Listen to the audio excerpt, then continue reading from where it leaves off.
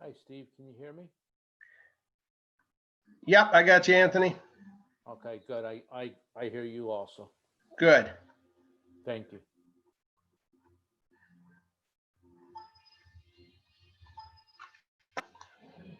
Yeah, I logged in early. I'm downstate at my father-in-law's, so I logged in early to make sure I got everything set up. Yeah, we're leaving tomorrow morning for Atlantic City for my mother's 90th birthday. Wow, that'll be fun. Yeah, we're gonna drive. Yeah, it's not too bad. Now we've done it a few times. So, but I got COVID tested the other day at Kimball Middle School. Okay. So I You're got- live now. Hey, Anthony, did you find a vet or a place to board your dog? What we actually did, but unfortunately Tucker had 3 shots on Friday and he's not himself. So we actually have the neighbor's daughter is gonna let him out during the day. He's not in any shape to Wow.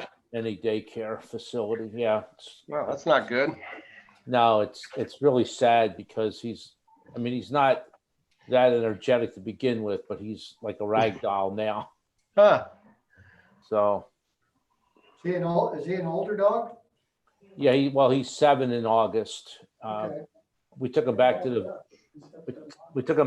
the vet on Saturday Zoom meeting link as well, or just? just to check him, and they What I said he's do is- okay. I set up Zoom. That's good. Hopefully it'll snap out back. Hopefully it'll Yeah. snap back quick. Tony. Yeah. Please. That's So our they hope don't as get well. in here.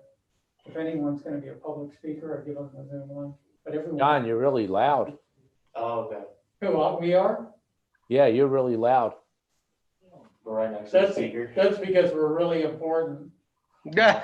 I know that. Oh, Are we too loud? not for me. You just seem to be, maybe you're right next to the microphone or something. We're actually pretty far away. Will that move out farther? Yeah, I can move further. Go another, I'd say go that kind of towards Ann. No, I'd go toward Pickett. He talks more than I do. I just want to make sure the, Oh, we don't want to be in it. Yeah, that's good. I don't think you're you're not in the frame. I can see just a little chair. perfect. Yeah, the very top corner of the chair. Oh man, now you ruined my view. The dirty ceiling tiles. Yeah. Okay, that's good.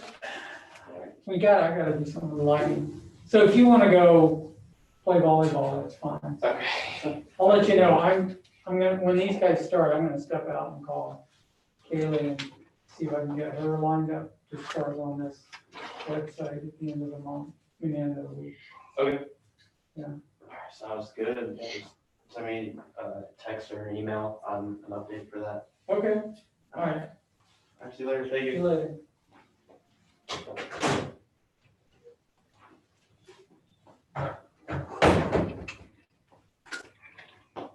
Maybe it's my headphones. You could have your volume turned up too loud. Yeah, I think I need to adjust. Of course, you know, playing the role of an AV tech is right there next to it here. Okay. Why just?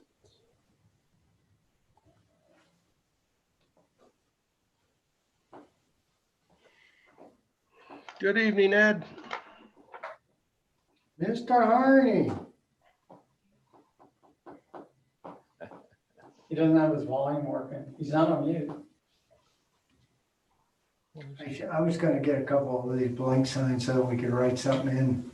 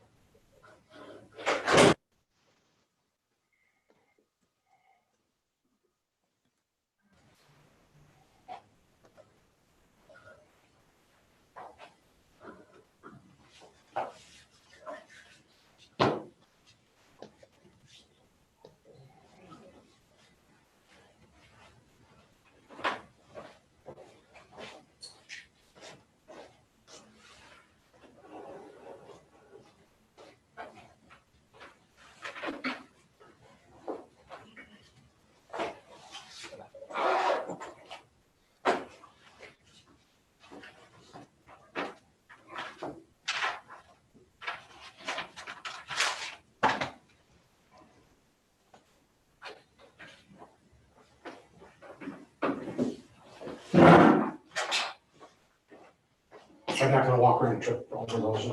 Please Bless you. don't. Please don't, that's my job. It's not taking an hour and a half to get this set up.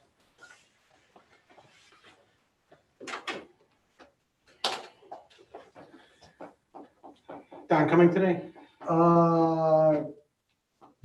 Should I change my nameplate? Sure, go for it. I don't really care. Like, I don't think. If I could look as good as Steve Diatley, I'd be Is happy. his nameplate Don's here. on camera? John? Thanks, Tom. I'll take any compliment I can get. That's what I said. Yeah, just flip around. No big deal. Does it show on camera or doesn't matter? Yeah, you can put it over here. Yeah, we'll go.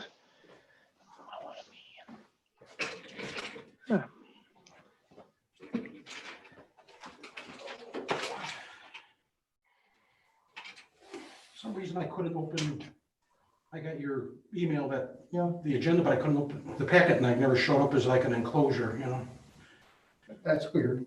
Yeah. I mean, it's a PDF attachment, so Yeah. should be able to just pull it straight up. That's why works out hard to figure out how to get it that way. Yeah. But anyway, I printed it out. You should have. I'm not a big computer guy, so part of the problem. Oh, don't worry, I'm not either.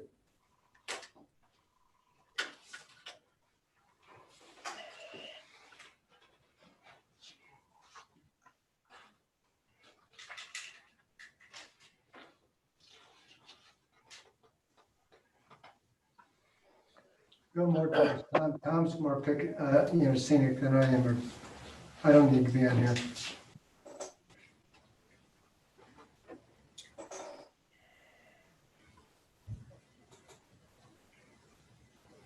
The worst lighting in this building. It's like this is all lit, you gotta go in the shadows. Well, we're international men of mystery.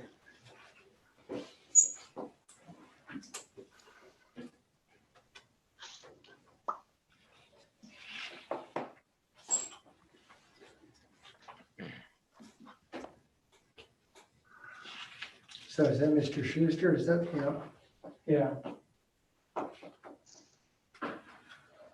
I have full authority to rename anybody I want, so it's all right.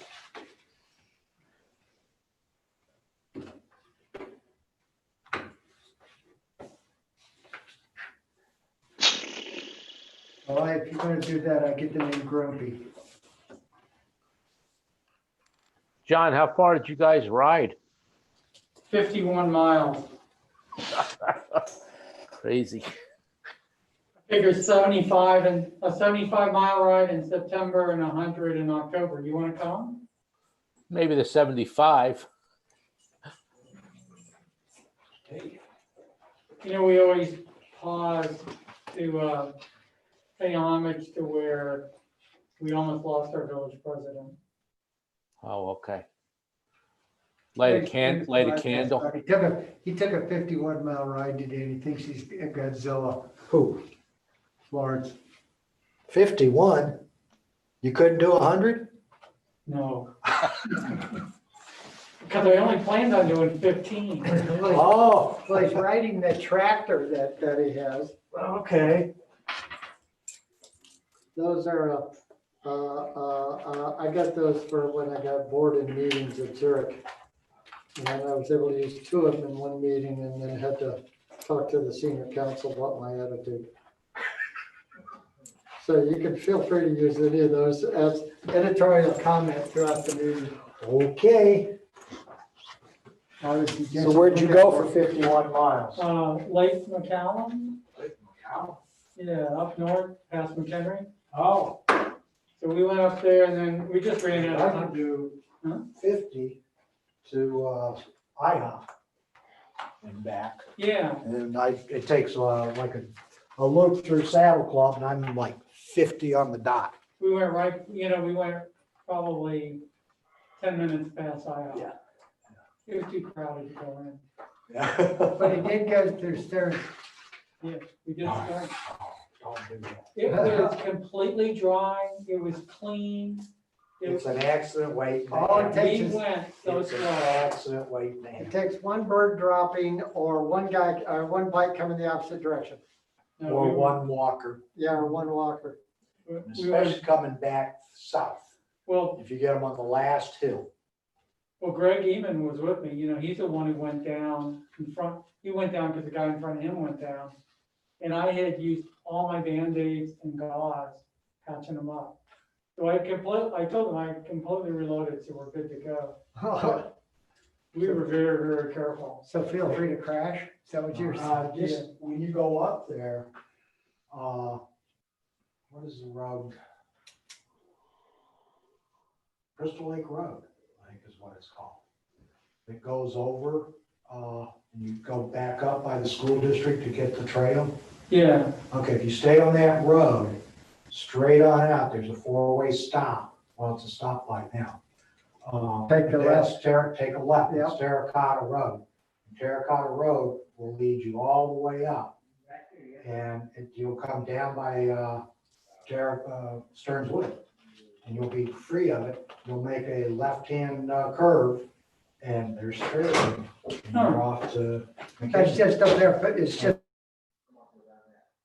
did that go up by Veterans Acres kind of? It scoots along Veterans Acres and Stearns Woods. Yeah, But Terracotta will avoid going through that Veterans Acres and Stearns Woods. And getting killed. Would it be possible to send in on the meeting? yeah, Okay, good. pick either one of these chairs. All right. if you want to make a comment, sign in. If you're just sitting here to enjoy the view, Just sit Such and as enjoy it the view. you have fun. All the chairs have been sanitized. Okay. Yeah, I forgot, you can go that way around. I have to look at it on. Because when you come back over, you come back over by that parking lot right on the other side, and that little park or whatnot on the other side of Stern Wood. That's where that connects in. Oh, yeah. So that's an easy, circle around. Mhm. Yeah, that certainly is not for the faint of heart. I gotta get back on my bike. I'm going batshit crazy. We gotta be up to 100 miles by the time you get back on. That's true, you should. I tell you, the ride from the border down to Oswego is 68 miles. So that's like a metric century. Uh-huh. Gotta try that one. Because once you get around Stearns Wood, then there's really no major hills to worry about. It is kind of nice, so we joke that once you get up to Wisconsin and turn around, it's pretty much all downhill. Except for those 3 hills. Yeah. Hey, Steve, what's the picture right behind your shoulders? The black and white one. Oh, that's an old church picture. I'm down at my father-in-law's house in Buckley, Illinois. That's a very cool picture. Yeah, that's a very old church picture. It's from, let me see. It's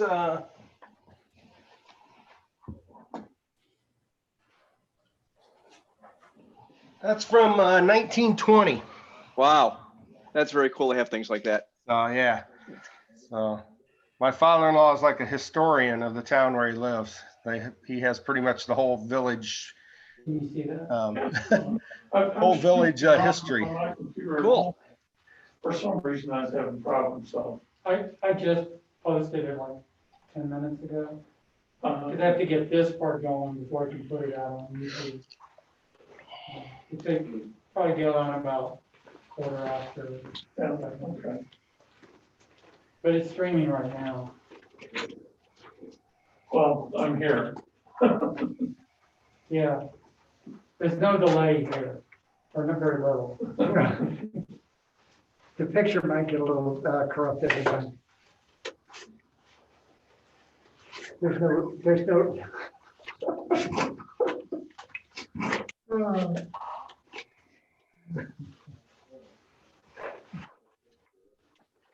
Great, I'm gone. Yeah, I'm out of here. yeah.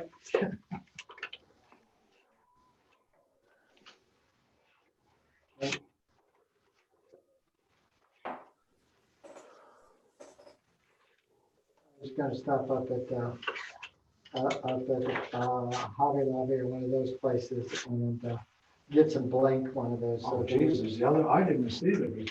Oh, yeah, the other side, yeah. Okay. I think those will come in handy if we have to keep these virtual meetings going. I mean, if nothing else, Nothing else. if we can get one that says, turn your mic on. And so, Hey, can you guys hear me and see me? I'm on a different computer tonight. Yeah, I can hear you, Ed.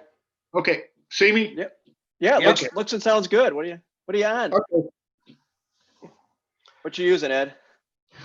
I'm trying a Mac tonight. Yeah, Work way to late. go.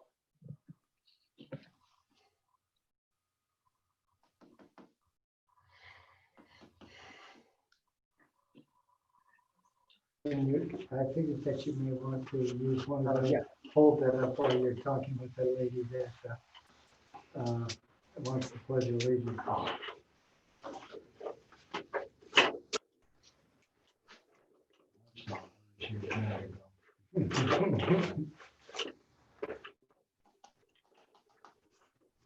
Yeah. Okay. My time's over. I have no patience for the weekly meetings. After about 7 years of time, I caught up with myself. Oh, Weekly meetings. yeah, just listen to some guy that doesn't know he's going to talk.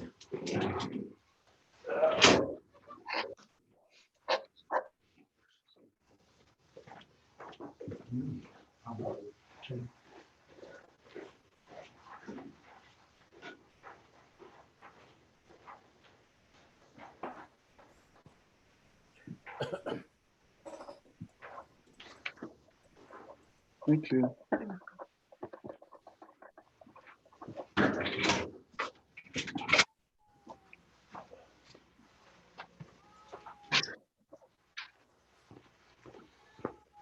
Just came back from Santa Ana. Okay, who has a cat? Yeah, I gotta get it out of here.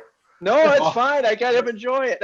I was gonna say, it's fine. I heard it too, though. It's The fine. dog, I know Ed didn't have one. And I know I don't. Well, I hope I don't have one. The neighbor's cat. Do the dog and the cat get along, Anthony? They do. The cat just came into the family about 2 weeks ago. My daughter's friend needed to find a new home for one and Well, I got my wound up front coming pavilion, here. front shift rebuilt this afternoon. I get my. So you were the winner. For the first time in 2 months. Okay, well, that'll be nice. Yeah. When you go, that'll leave you. Life a lot easier. So did you go to a different size, you just get a new one, or? No, I broke the left shift lever. Oh, So I'm okay. stuck in my small chainring for the last 2 months. So I've been riding like a banshee. Got my form back. I can do about 110, 115 RPMs a minute now without rocking off the saddle. Okay. It took forever to get her apart. What, do you have a special order? There's just no parts available. No, I guess, And then when they are, they don't have anybody to ship them. There's nobody in the warehouse. Well, I know the shipping, that's getting slower and slower and slower. And if you got upper end parts, you're okay. Mm-hmm. It'll still take you a week or two to get them, but I would think that with all your connections, you could still pull something off. all my connections is the same. They're the ones saying, we don't have it. We can't get anybody into work. We can't ship it. All right, can, it's 28 after, can I start recording? Yeah, sure.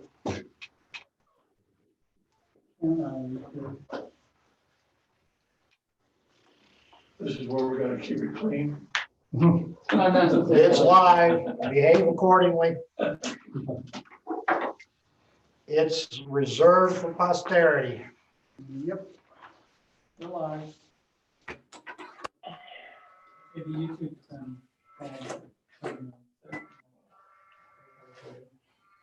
Yeah, I was probably just getting nervous that I wasn't gonna be able to get it, so.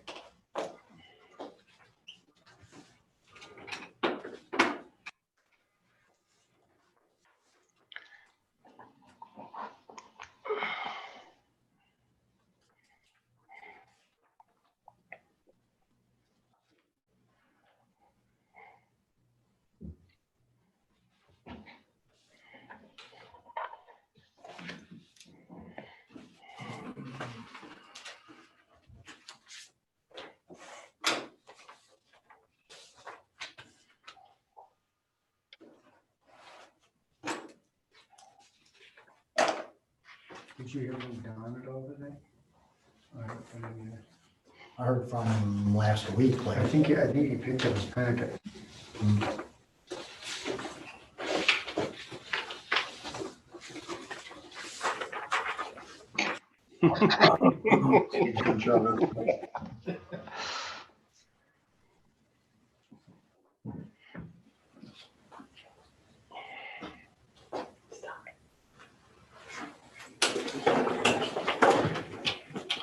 calls or anything.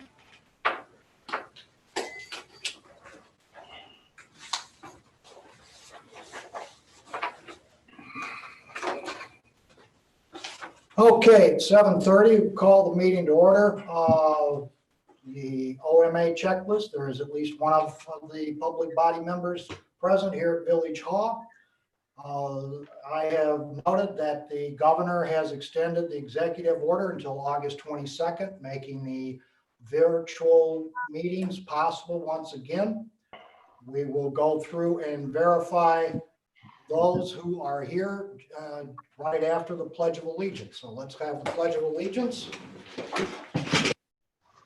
Pledge of Allegiance to the flag of the United States of America, To the republic for which it stands, one nation, nation, liberty, and justice for all. Okay, roll call. We will see who's here and who we've got available. Mr. Moreno, Present. Mr. Dadley, Here. Mr. Nimick, Here. Mr. Zamba, Mr. Markle. Here. Mr. Harney. here, You have a quorum. Okay, we've got a quorum. We've got in attendance visually by remote. Trustees Perrano, Diatley, Nemick, Harney, Merkel. The village attorney is in attendance. The village engineer was here a minute ago. He's disappeared. And we've got the chief. So we've got a quorum, we've got a meeting. We can continue. We have a motion to approve the minutes of July 20th, 2020. So moved. Second. Moved to approve the minutes was Diatley, seconded by Perrano. Any corrections? There being no corrections, roll call, please. Mr. Perrano. Aye. Mr. Diatley. Aye. Mr. Nimick. Aye. Mr. Merkel. Abstain. Mr. Harney. aye, We've got 4 positives and 1 abstention. The minutes pass.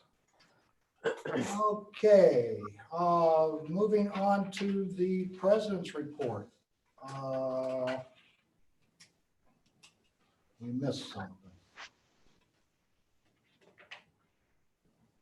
Oops. What did you miss? The review of the liquor license renewal fees. Did I forget to send those to you? Okay, I forgot to put it on the agenda. Then we will move on. There's no action we can take without it being on the agenda this evening. So, that's it for me this evening. Clerks report. I have no report tonight. You do have one quick notice on the newsletter. if you'd like to make a mouse on I that. haven't noticed on the newsletter. Well, typically that came from the clerks. Newsletters, Oh, you mean the one that Mr. Parker submitted? Mr. Parker submitted something, we'll pick that up under public comments. Okay. Okay, no clerk report, planning and zoning. We had the finding of facts at the last meeting. So we move to the attorney's report. The attorney's got several things this evening. Mr. Schuster. Good evening, Mr. President. Indeed, we do. First up is consideration of the recommendation and findings of fact for the special use that's been requested by All Pets Wellness Center. I was directed to prepare appropriate ordinances after your last meeting, and so you have two before you tonight. The first would amend the village code itself to add to the text of the zoning regulations that a commercial kennel would be an allowable special use in the B2 community business district.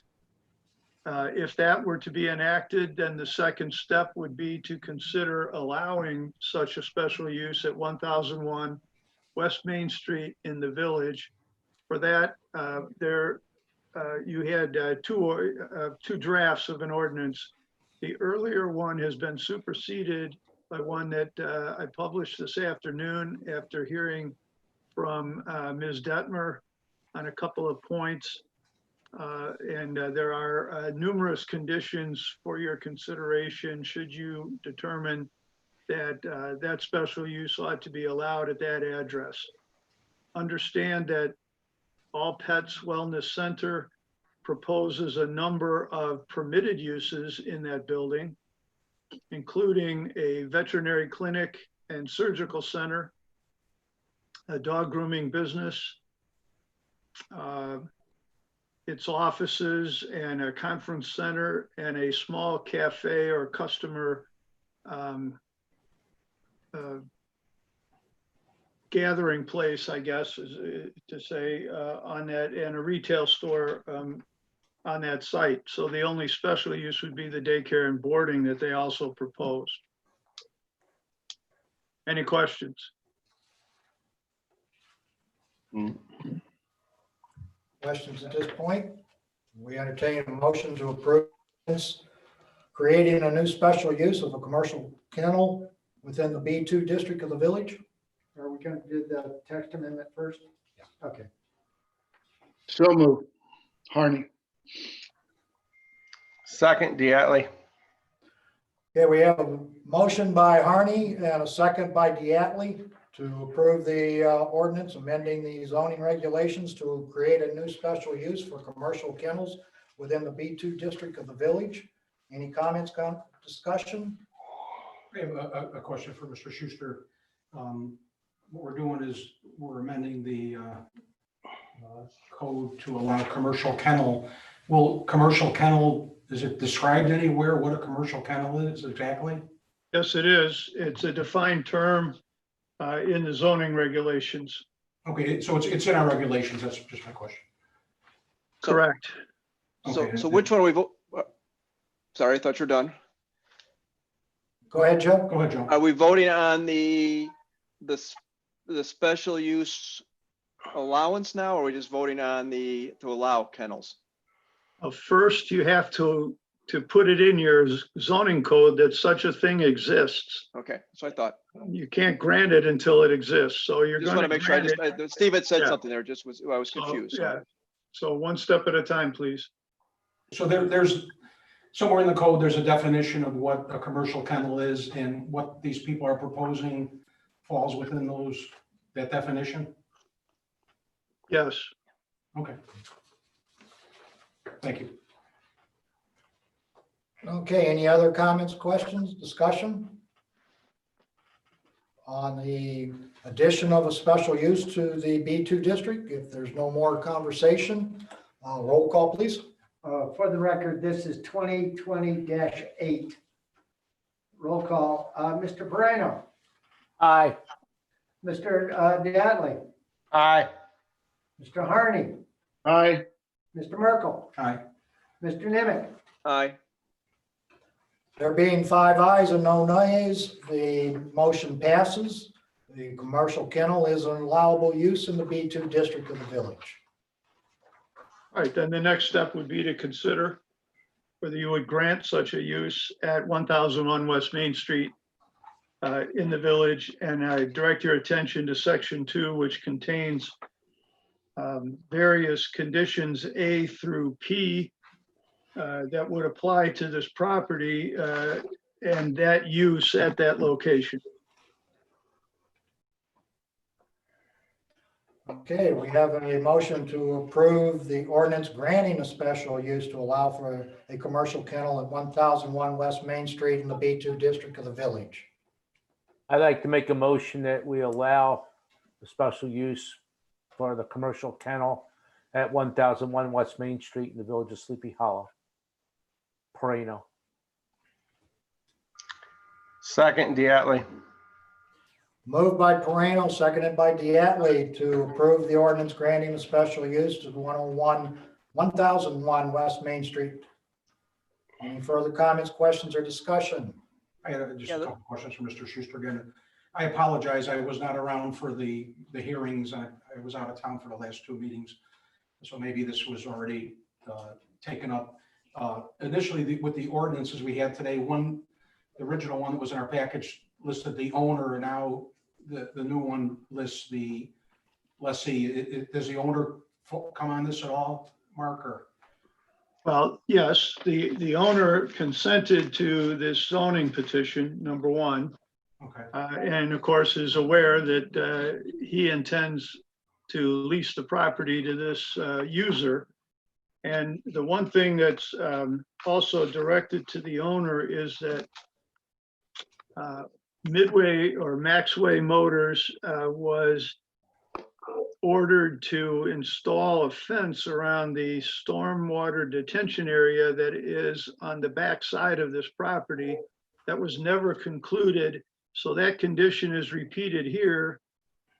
Frankly, we don't care if it's all pets or the owner that does it, but that fence needs to be put up so that it exists and matches up to the other fencing in the Spring Hill Meadows subdivision. Okay.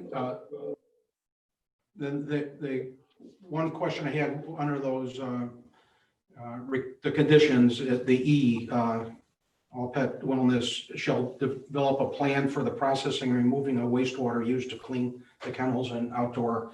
I don't know if that came up or at the meeting or has been discussed, but to who's who's going to decide whether what they're doing is the right thing, I guess. And what are they going to haul away the wastewater, or are they going to tap into West Undies sewers, or where is it going?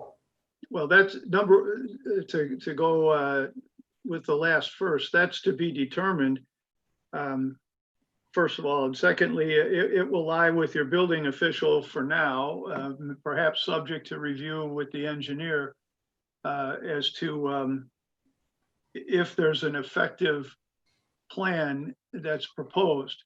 But since it's an outdoor play area, the discussion we had with all pets was that we didn't want them just hosing it down into the parking lot. Right. That's right. Because then it's going to go downhill and into that swale and so on. And so that it hasn't been resolved to my knowledge in their planning, but it's a condition of this use. Where they does the come up with water, an acceptable plan. where does the water presently go, like from their toilets and kitchen or whatever they have there? Oh, that goes into the sewer system. Okay. That's it goes to West Dundee. Correct. Correct. So would this waste also go there then, or? Well, we've also had discussions with them about cleaning the inside kennels. And again, it hasn't been resolved as to how they are going to do that effectively. But the outdoor was especially of concern. Okay. I just have a little concern leaving that open. So it's going to be to our satisfaction. Yes. The ultimate call, and that could If you have reason to close them down, if it's not satisfactory, I'm sorry, I couldn't hear you. Someone came in. or at least close down the daycare and the boarding facility. Thank you. That's all the question I have. I had a couple questions for. Oh, go ahead, Joe. Okay, the first one is, and I'll go down under B, hours of operation, and there's hours there. It has Sunday none. That the petitioner, I believe, to the zoning and the last package we had, they have training and grooming at the groomer or trainer's discretion. So does that mean that they can't do that, or that it can? Is that just normal hours of operation, but they could do? Well, if you. That's what we approved last time, is we approved trainer and groomer discretion on Sundays. Well, then this would be amended. You would change Okay. it before you vote on it. Because that's what we voted on last time on the All Pets Wellness is what they had said, so. Well, if that's. Make an amendment to the hours, Joe? That's what we voted on last time, so I will make that motion that at Sunday would be training and groomers discretionary for, is that appropriate language, Mark? Well, if that's, Between 9 to 5, is that, or what do we do on, yeah, all same right. as Saturday hours, 9 to 5, so some limit discretionary. on it. All right. We have a motion from Joe to amend the hours from Sunday from none to 9 a.m. to 5 p.m. At the groomers or trainers' discretion. Okay. Second, Arnie. Okay. Any other or discussion, questions, concerns? Are we going to vote on that, or should I keep on going? Well, that's an amendment before we get to the main motion. Okay, so the other question I had is that the original plan that we voted on last time had 90 parking spots for handicap, which may be ADA, and 20 employees. So I see that was raised. I have a hard time imagining that it have more than need for 90 spots, and after cursory counting from the Google Maps, it appears that section that they're going to block out for the outdoor run would leave them roughly 91, 92 spots. I just hate to see additional blacktop put there with the drainage problems that we already have going down Locust. So can we go back to the original 90 spots? And I guess Barb wanted 5 handicapped and for 20 employees, which seems to be more than adequate. So I guess that's my motion. Joe, these numbers that you're looking at came from Barb over the weekend. It's always been one of her concerns and never been resolved with the owner or the lessee as to just what would be the parking requirements.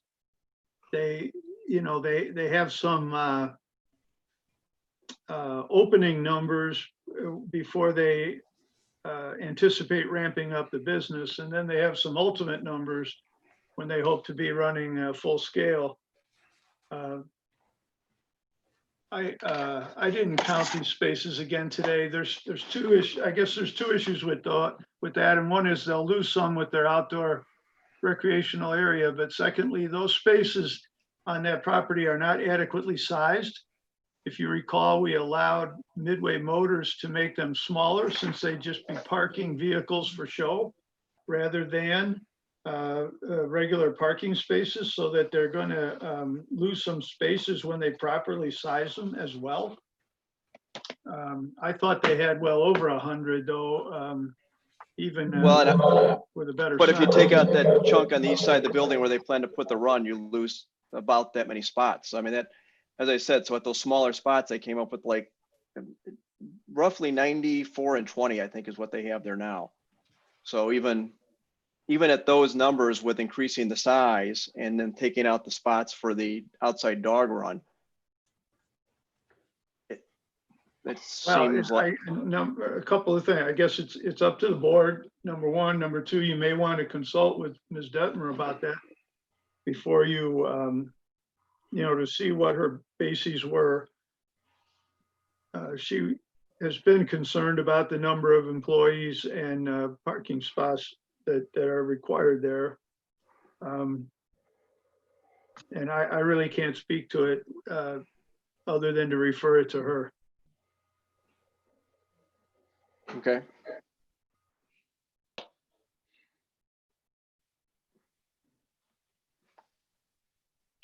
I'll leave it with that. I just have a concern there. It just seems like that may be a problem for us in the future, or a problem for them, and especially if they have to do more paving, that we'll end up with more runoff there, and we already have significant problems with runoff of that property. So Sure. the last one is the fence. The fencing that the zoning that they approved and that we voted on last time was 8 foot. It's cut to 6. Just a little cursory, browsing the internet today, German Shepherds easily can do 6 foot. Pretty much any other dog, they said, with a good run can clear a 6 foot fence. So the other thing is the main purpose of the sound, and I go along with Anthony on this. That's one of my biggest concerns, is the outdoor area. And we approved a 10-foot fence on Randall Road for noise. I read a couple spots, the recommended noise barrier is 2 meters, so it's 6.5 feet. This old house had a really good article online. They say 8 to 10 feet, and they can reduce it by 20 to 30 decibels. So I don't understand why we want to reduce the size of the fence from what the petitioners wanted, the 6 foot. This actually says the fence shall not exceed 6 foot, so. Really, Right, I think it should be 8 to 10 would be more realistic. If our goal is to keep the dogs safe and the people safe and cut down on noise. The petitioner wanted 8 foot originally. I don't know why we want to make it smaller. Just to clarify, I think the discussion with the petitioner earlier was 8 foot. It isn't something they frankly are willing to build whatever the village requires. So right. They aren't pushing for 8 or 6 or 10. 6 feet again came from Ms. Detmer as her suggestion over the weekend, and that's why I've written it up that way. If you want it higher, again, that'd be the board's discretion. It certainly ought to help with noise. That's what Anthony. Any thoughts? I would agree that it should be the fence. Maybe it should read a minimum of 8 foot. And I know that they've included here that shrubs can also be planted on the outside of the fencing. So my question, I would agree with you, Joe, that we should go higher on the height. Mm-hmm. But then my second question is, with that fence, would they then dig up some of the blacktop to be able to plant trees then on the outside of the fencing? I would assume they would have to do that. It's anticipated that it'd be shrubs, not trees. I'm sorry, yeah. But all the same, it'd have some soil there. Probably have to remove some of the asphalt. Yes. In my experience is when you, not to interrupt you, Anthony, but you start cutting a blacktop out of a parking lot, and I refer to Jeff on this. I don't know how deep the substrate is there, so they're gonna have to dig out probably several feet of gravel and put dirt in there. And it just seems that shrubs in that condition, planted like that, do not look that good. I think that we may be making it look worse rather than better there, if it's aesthetics is what we're going for. The last meeting, the noise abatement was our big concern. So that jumped out at me when I saw the lower fence. So I would agree to go with a minimum of 8 feet. Yeah. And I went over and looked at where that fence would be. That vegetation between the building and the homes there is a pretty solid wall of vegetation. So I'm not even sure if we should require that bushes be planted on the other side. Another way to look at it. Yeah, this fence they're talking about in D, I believe, is the one for the dog run. Right. Right. Correct. Right. So there's no current shrubs there. The ones in the back of the property, which was the other retention fence, would be the issue there. Would the business be able to open if they did not install the rear fence? I would like something that states the rear fence must also be installed prior to the business being opened. You mean the detention area fence? Yes. Well, okay, we can certainly specify that. It's implied, but it could be specified. Yeah, I think the fence should be 8 feet as well, for noise. I do kind of agree with Ed and Joe on the shrubs. I think we might be having more problems there than good. So I don't know if we would just require a nice fence along there might look better than trying to do the shrubs across there. And Mark, this is a question for you. It says non-plastic. And just some of the reading I've been doing as far as various fencing materials and for sound, the one recommended for sound and for lower maintenance and looking better was kind of like the decking, the Trex, the composite materials. Would that be limited? Is that considered a plastic material? And this was your building official specifying non-plastic. So is that considered plastic or not? You're the lawyer that, or I defer to Jeff on that one. I don't know what composites are. I think they consider that a composite. I'd have to ask her how she interprets her language. Yeah. Anthony, you were in the business for a while. Any insight on that?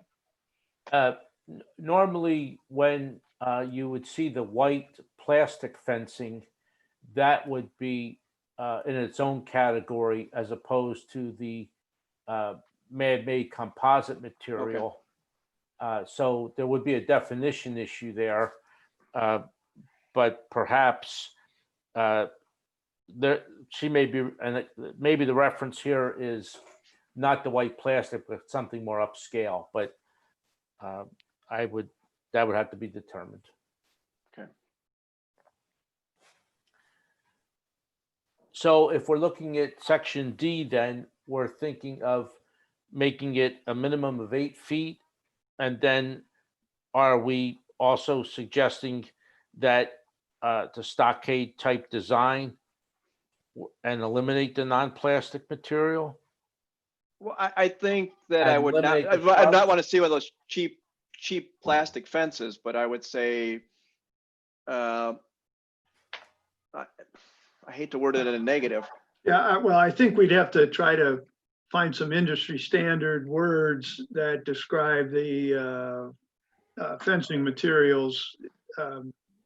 I would guess that could be done. I couldn't do it on the spot right here.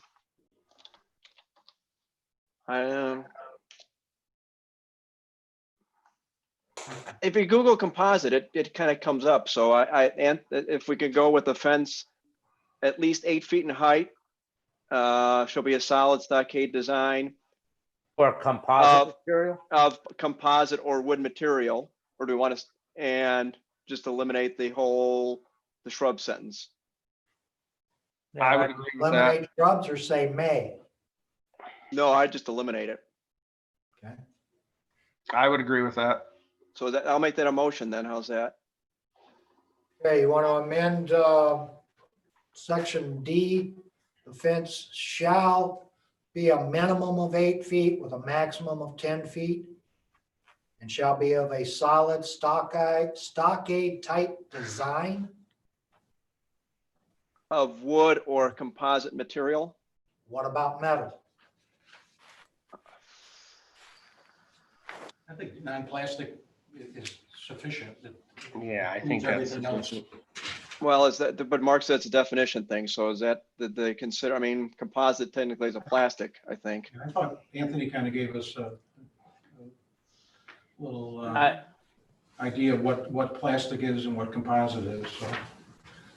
If you said stockade, I like how Steve phrased it from Joe's suggestion, stockade type design. And stockade could potentially also, because stockade primarily is wood, but stockade could also be conceived as being a metal structure as well, because stockade is really the height and how close they are together.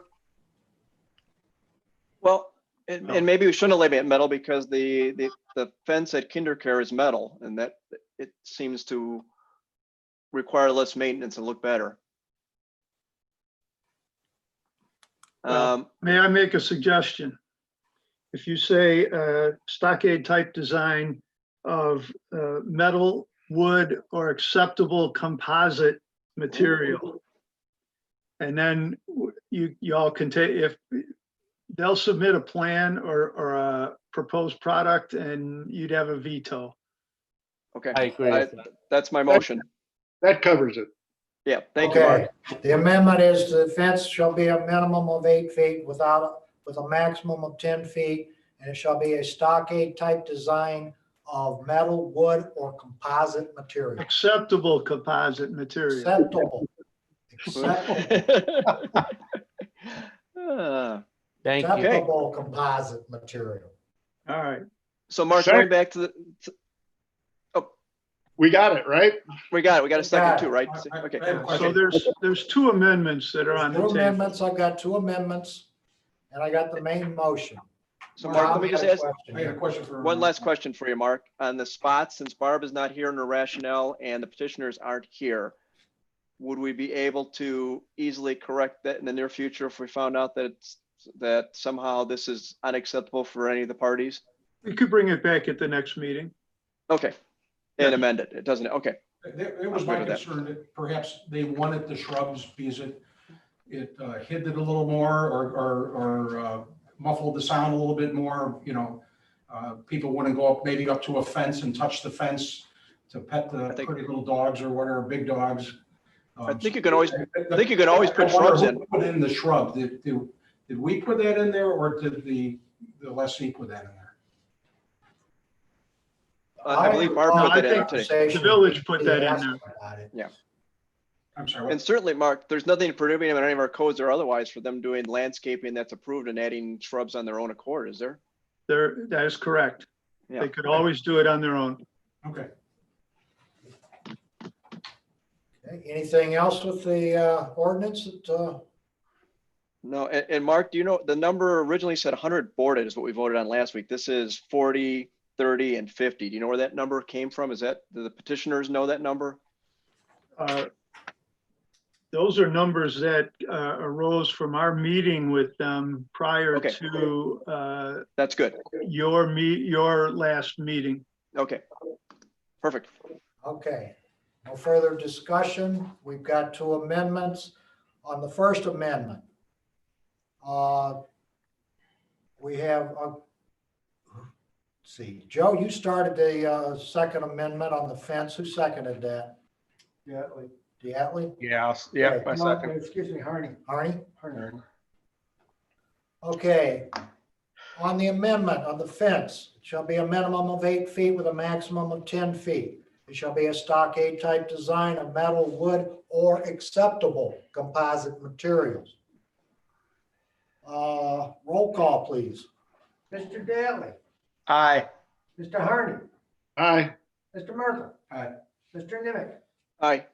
Mr. Moreno, Aye. Mr. Zima. Aye.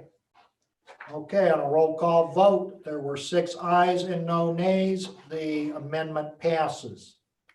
On the next amendment, on the hours, to change the Sunday from none to 9 to 5 at the discretion of the groomers. And was there somebody The else? trainers. Trainers. At the discretion of the groomers and the trainers. The motion was made by Nimick. It was seconded by Harney. Roll call, please. Or no, any more discussion? There being no further discussion, roll call. Mr. Zima. Aye. Mr. Moreno, Aye. Mr. Nimitz, Aye. Mr. Merkel. Aye. Mr. Harney, Aye. Mr. Daly. Aye. On a roll call vote of 6 ayes and no nays, the amendment to change the hours for Sunday from none to 9 to 5 passes. On the main motion, ordinance 20-9, granting a special use to allow for a commercial kennel at 1001 West Main Street in the B2 district of the village. Roll call, please. Hey, discussion just for 1 second. We're back to discussion. We were calling the amendments. What you need? No, on Okay. the main motion. Okay. I'm going to vote no, and for the one reason is that letter E bothers me, that with all the work they put into this, they haven't developed a plan of what they're going to do with that water. And it just worries me leaving that open-ended, and I don't understand why they don't have an answer for us at this point. So I just wanted to explain my no vote on this. I'm for the project. I would just like some certainty where they're going with that water and what's going to happen with the water. And I don't understand why, with all the thought they put into it, why they don't have that worked out. So. Hey, Mark? I can give a brief Just a minute. insight to that, Tom. I asked the question of them when we met with them earlier. They were under the impression that we had storm sewers that they would go to. And I said, no, it goes into an open swale. And I don't see the waste being flushed down into the swales beyond their property for our residents to take a whiff of. They have agreed that they will resolve that situation. They didn't know how they were going to do it, whether they're going to have to put in some kind of a sub-drain system, a catch basin or something. Okay. But I just wanted to explain my vote. Okay. So that I I support something going in there and getting something going, but. right. We brought that to their attention. They had not thought of it, hadn't been researched, but they were willing to address it before they opened. So, okay. Hey, All right, Mark? Can I ask a question on this too? Quick. Are we getting any sales tax out of this if it's a groomer service? No. There will be some sales tax because they will be selling some goods, i.e. Really, dog really food, it's- cat food, Okay, leashes, so collars. It's basically like the health, it's like the gym. It's Okay. like a gym, right? All right. Thank Hey, you. Mark, and just a question, is there not some health, isn't there some county licensing for facilities like this and some health department regulations that they'll have to abide by too? I don't know for sure. Okay, That's a question for Mrs. Detmer. okay. If you recall, I can just mention as to the sanitizing the inside of this building, there is a water recycling system of some kind that Midway was going to use for washing their cars. So I think, Tom, in part answer to your question, they just haven't gotten to that point with their architect for all of their inside planning. They want to make sure that the village is going to allow them to proceed, or they get into further detail, and what that really means is more expenditure to finalize their planning. Okay, any other questions? There's been no more questions. Roll call on the main motion. Mr. Gattley, Aye. Mr. Harney, Aye. Mr. Merkel, No. Mr. Nimitz, Aye. Mr. Moreno, Aye. Mr. Zamba. Aye. Okay, on the main motion, we have 5 ayes and 1 nay. The motion passes. Ordinance 2020-9 is approved. All right. I know that Mrs. Minnick is listening in, so she's aware that she's got a green light with some conditions and some more planning to be done. Good luck to them. I want to thank you all too for the discussion and your interest in what we're trying to do, and any questions you guys have, we want to do what it's going to take to do what's right for the community. So I appreciate your thoughtfulness. Thank you. Thank you. All right. The next item we have is an amendment to regulate construction standards for culverts. The issue has come up about driveway entrance culverts, and you have another ordinance that gets into many more questions and issues about them. But the one thing that we thought would be agreeable was to expand the types of materials that could be used for replacement culverts. It meets with the engineer's approval.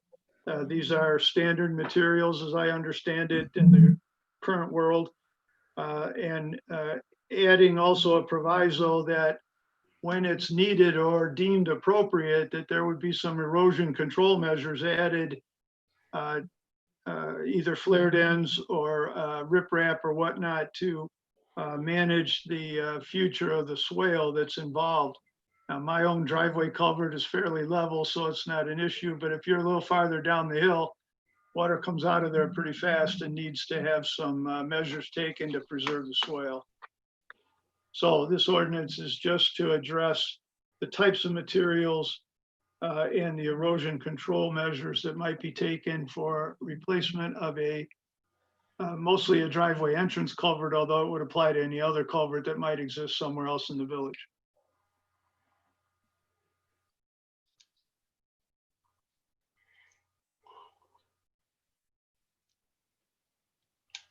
Hold with me, I'm having technical difficulties.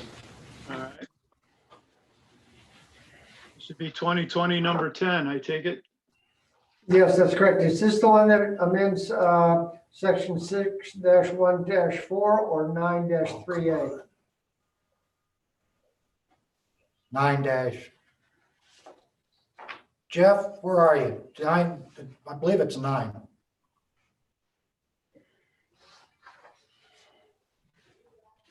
He's on mute. Yeah. Well, Where'd he go? I don't know, Jeff. Back. Yeah, there he is. I'm, Jeff, we had a question for you. sorry, I'm starting not to feel so well. So Oh. if I start cutting out here a lot, that's why. Uh-oh. What was the question? Is the ordinance that we're about to address, is this amending 9-3A or 6-1-4? It's 9-3A-6. Yes, Okay, okay. Just wanted to make sure. okay, You're this is correct. the This is number Glad I 10. can help. 2020-10 is addressing the materials used for the culvert. Currently, we are restricted to galvanized corrugated metal pipe. The engineer recommends that we adjust this to include composite materials. Acceptable composite materials. There you go.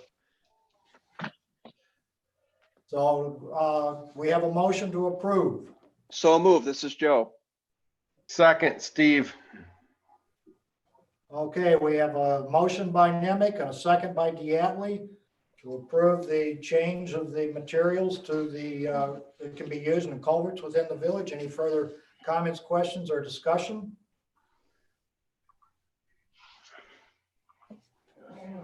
Under section B, point number 4, There is no section D4. I'm sorry. There's only section 10. I'm looking at the document. Well, that's for later discussion. The one we're looking at now is section 9-3A-6 with section 10. It's the only section involved. Okay, I Not stand that? corrected. All right, we'll get back to that other one, Tony. Okay, go ahead. Okay, there being no further conversation, discussion, roll call, please. Mr. Datley, Aye. Mr. Harney, Aye. Mr. Merkel. Aye. Mr. Nimitz, Aye. Mr. Moreno, Aye. Mr. Zamba. Aye. With 6 ayes on the roll call vote of 6 ayes and no nays, the motion so passes to change the materials that are allowable in the use of a culvert. Okay, next All right, item. then. Next item is an ordinance that would amend the village code to establish a maximum width for driveways in the village. And what this proposes, as we finally wrote it, I believe is 2 different standards. One is at the right-of-way line, which you understand is on the other side of the culvert, on your house side of the culvert, at what we say 20 feet, and then at the edge of the pavement, which is going to be the farther measurement, 24 feet. It came up in regard to that Sharon Drive question, and there is really no measurement that's prescribed anywhere. There's the only reference is in the zoning code to, there should be a a paved driveway from your garage entrance down to the street. Now, there are driveways that are wider than this in existence, and so the final clause 13 Romanet 3 says any driveway in existence can remain in place, but shall not be expanded beyond its present area. So if you look in the bluffs, for example, you'll find some 3-car garages and wider driveways. There are other places around town.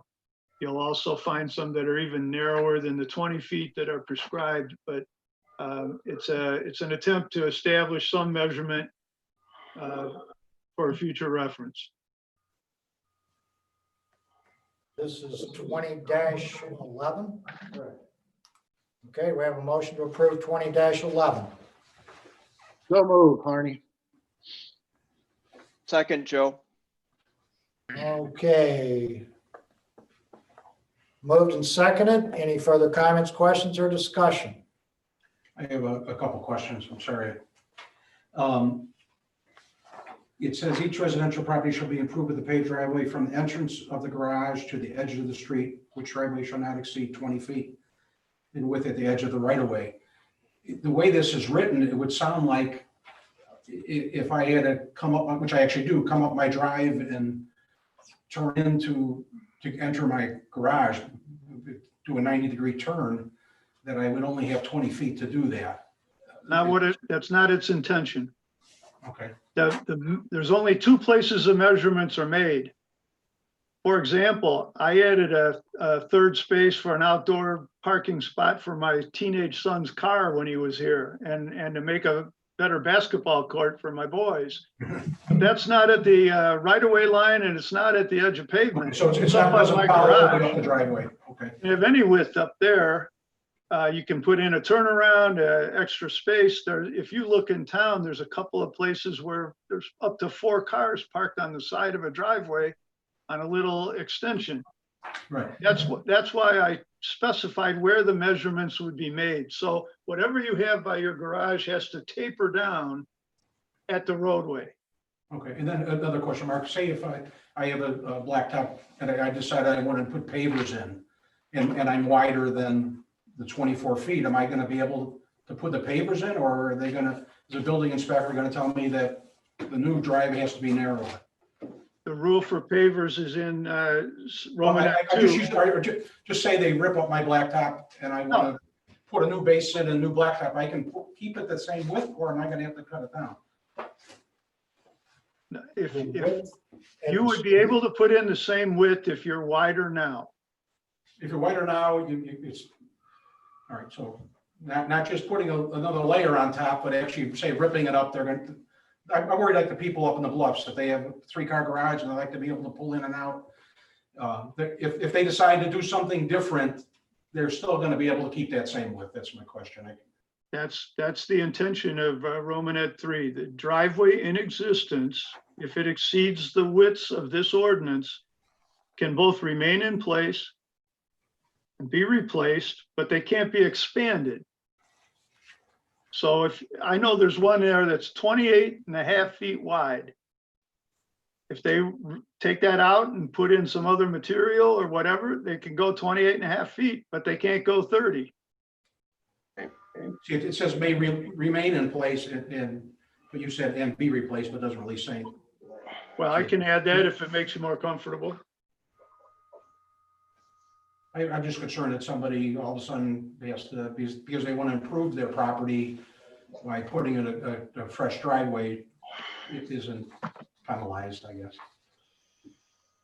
Well, the intention is if it exists today, they can use the same area for whatever replacement they need or want.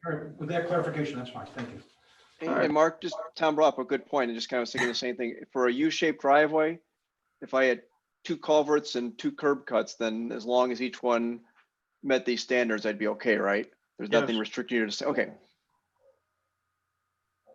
Thank you. Okay, any further comments or questions? There being none, roll call, please. Mr. Gatley, Aye. Mr. Harney, Aye. Mr. Merkel, Aye. Mr. Nimitz, Aye. Mr. Moreno, Aye. Mr. Ziba. Aye.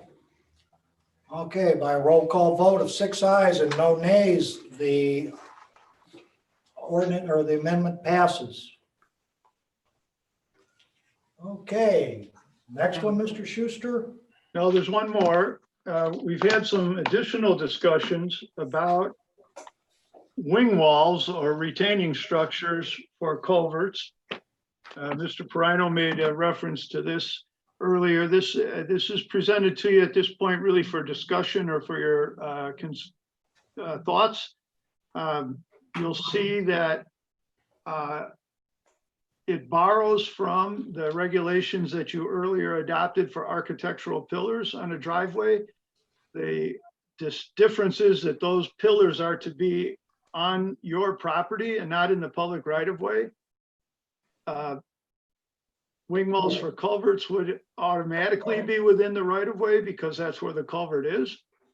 And it's also a change in the zoning code, so it will require a public hearing and recommendation from the Planning and Zoning Commission. So I'd ask you to please read through that, consider what you look around the village as to there's some things like this in existence, and determine if this is a draft you would send to the Planning and Zoning Commission for its consideration at a public hearing. So it's really presented to start the discussion tonight. I'm happy to answer any questions. It's a stab at addressing a problem, not a problem, a question that comes up, and it's a variety of means of dealing with this type of improvement that people like to make at their culverts. I just had a question to clarify. In point number 4, it talks about no lateral dimension of any such structure shall exceed 2 feet distance from the rim of the culvert. Right. I'm just trying to visualize. So basically you're saying at the end of the culvert, you could not go out more than 2 feet with landscaping bricks of some. Anthony, are you talking about A4? Or let's see, what is it? Yeah. 4A. It's actually under B. Yeah, that is what he's talking about. Jeff, remind me, Mr. Steele, what's the normal width of a culvert? The minimum requirement in the village is 12 inches. All right. So you're right, Anthony. So you got the 12-inch hole of the culvert, and you can go another 2 feet from that rim on both sides. The idea was to find some sort of number where it didn't get too large and didn't extend way out into the right of way, but allows you some room to, if you want to put a decorative structure there, you'd have some opportunity to do that. Now, if the culvert if the culvert is not in the right of way, for example, we've submitted a petition for a new driveway ourselves. Our culvert, our pipe is not in the right of way. Really? Yeah, Really? Wow. way back. Okay. But even if it's in Feel free to the do what you want, Anthony. This would apply whether it is or isn't. So my thought is that if you add the flare to the culvert, and the flare could be, I think they're 24 inches. They normally stick out. All I'm suggesting is that 2 feet seems small. All right, well, it's a starting point. Right. If you have, I'll have to look at where your culvert is, but it was just a starting point in the discussion between the village president, the village engineer, and myself. That's why it's here. It's for discussion and for thinking about. And then the other point was about the height. It said that it had to be the same level of the driveway. Right. And I know that if you were to put a paver brick, a stone of some sort, potentially, they could come slightly higher than the driveway. So, is there some conversation where we would say that it would not to exceed 12 inches above the driveways. Again, Make a note of it, certainly for Anthony. That's why we discussion. brought it out here, because there's, yeah, when you start driving around and looking at the village, we've got anything and everything out there. Right. Yeah, there's a lot of People that differences. have built walls alongside their driveways to make it look like, A fortress. yeah. Bridge, at least a bridge. Paver block walls, bridge style walls. So yeah, we just couldn't think of it all. We thought, let's put it out here. You guys can, take your time and make some notes on this, and we can revisit this at a later date. But we wanted to get the ball moving and, people thinking about it. I like the idea. Okay. All right. Anything else, Mr. Schuster? No, sir. Okay. Steve, I do have one question for Mark. All right. What's that? And Mark, we had some communications about fees, which I brought up at the last meeting for various meter issues and some other things. And one of the correspondence back to me, you had sent me the fee schedule and you said it really needs some looking at by the village because it's been a while. Can you forward that fee schedule to the Tony for the next meeting to put on the agenda, and those the other fees we discussed about for discussion at the next meeting? If that's what the board wishes, I certainly. Well, he had recommended Want to they start that they discussion? bear they bear some Okay. looking at least. So I mean, we don't have to change it, but at least they, but they haven't been looked at for several years. So The Okay. overall consensus of the boards have the village attorney to take a look at the village fees currently being charged. no. Yes. He already gave them to us. So he sent me a Oh, list okay. of the current ones we have. So we'd forward those to Tony for us to look at. So it's not actually Right. taking any time from it. We It's just can- forwarding that. We can distribute it to everyone for a discussion item for their next meeting. That's what Correct. Mr. Nemec is suggesting. Okay, so you want a agenda item on the fees for 8/17. Is that it? Correct. And Mark needs to forward our current Okay. fee schedule that he Sure. had. All right. Thank you. Okay. That's all. Okey doke. Okay, thank you, Mr. Schuster. Engineers report, Jeff. First off, Jeff, well, let me start this. I'm gonna bail you out a little bit, Jeff. The first item on Jeff's agenda is a review and approval of the 2020 Village Street Project. Jeff and I were talking about this the other day. Time's getting away from us. It's the 1st of August. We'd like to get something done with the roads prior to the snow falling in October. So we were talking, it doesn't look like we're going to do a complete road program this year with the way the economy is shaking out due to the pandemic. Remembering that we've got Sleepy Hollow Road scheduled for a resurfacing next year, the funds that would be required from the village on that project is going to be roughly $200,000. Right now, we've got about $119,000 in MFT funds. Last year's surplus was $270,000.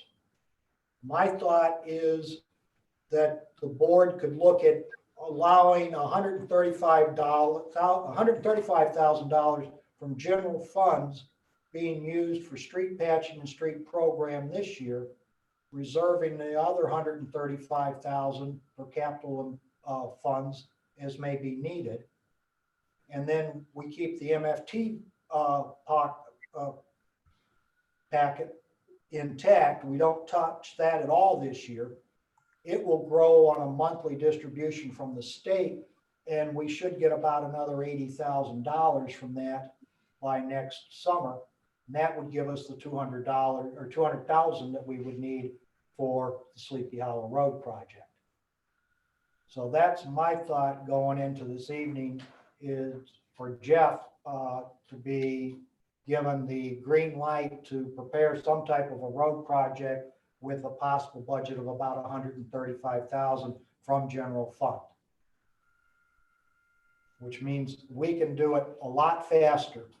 If we do MFT funds, Jeff has to go out to bid. It's got to get IDOT approval, that 9 yards. It can take us 10 to 12 weeks to get that approval, with the state being down roughly 30 to 40% of their manpower.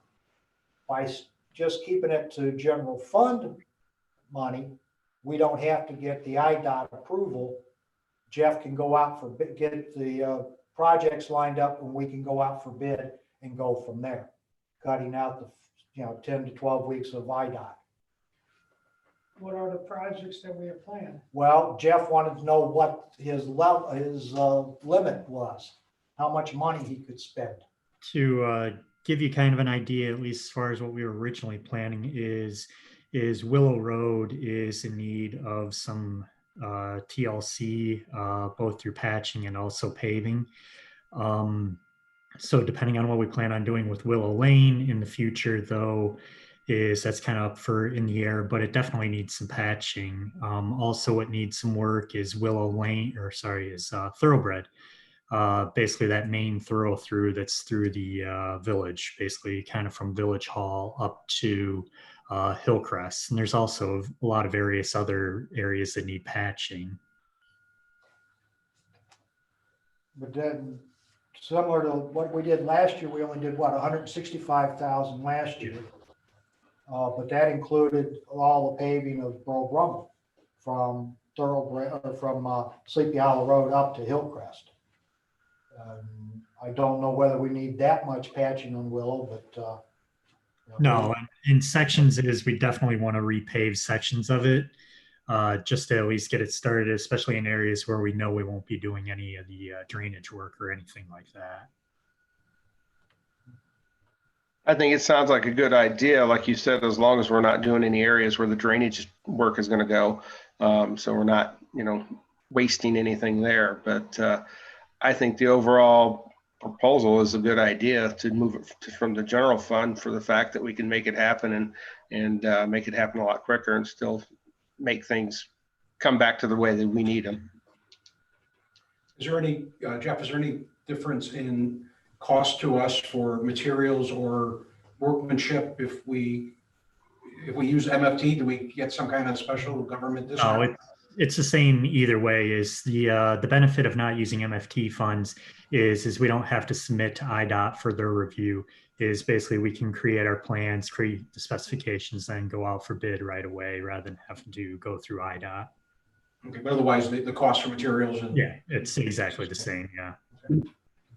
It sounds real reasonable to me. While we're talking about MFT funds, how much of a hit are we going to take this year? Do we know? They originally were thinking that we would get about $24 to $25 per person. It's a per capita distribution. Of course, with the pandemic, driving has been reduced. The purchase of gasoline's been reduced. The amount of MFT funds becoming available is being reduced. They're talking probably 30% to 40% reduction. We get about $85,000 to $90,000 a year. No, about $110,000, $120,000 a year. So we're anticipating probably $80,000 to $90,000 this year. We've got 120 in the bank now. So if everything stays equal, that'll give us just about 200,000 in MFT next year. Okay, those are the figures I've heard too. It's the hits just keep coming. Yeah. This is the gift that keeps on going. Go take a drive in your car. Yeah. Joe, you stay home. We get that ComEd bill, so. Yeah. That's what the Green New Deal will do for us, right? Yeah. That's what the pandemic will do for us. So that's what Jeff's number one agenda item was how do we call it? Review and approval of 2020 Village Street Program or project. Also, on top of Willow and all that, is if you've heard from anybody as far as or seen when driving around the village, any areas, just shoot me an email and I can see what area and size and everything that it actually is.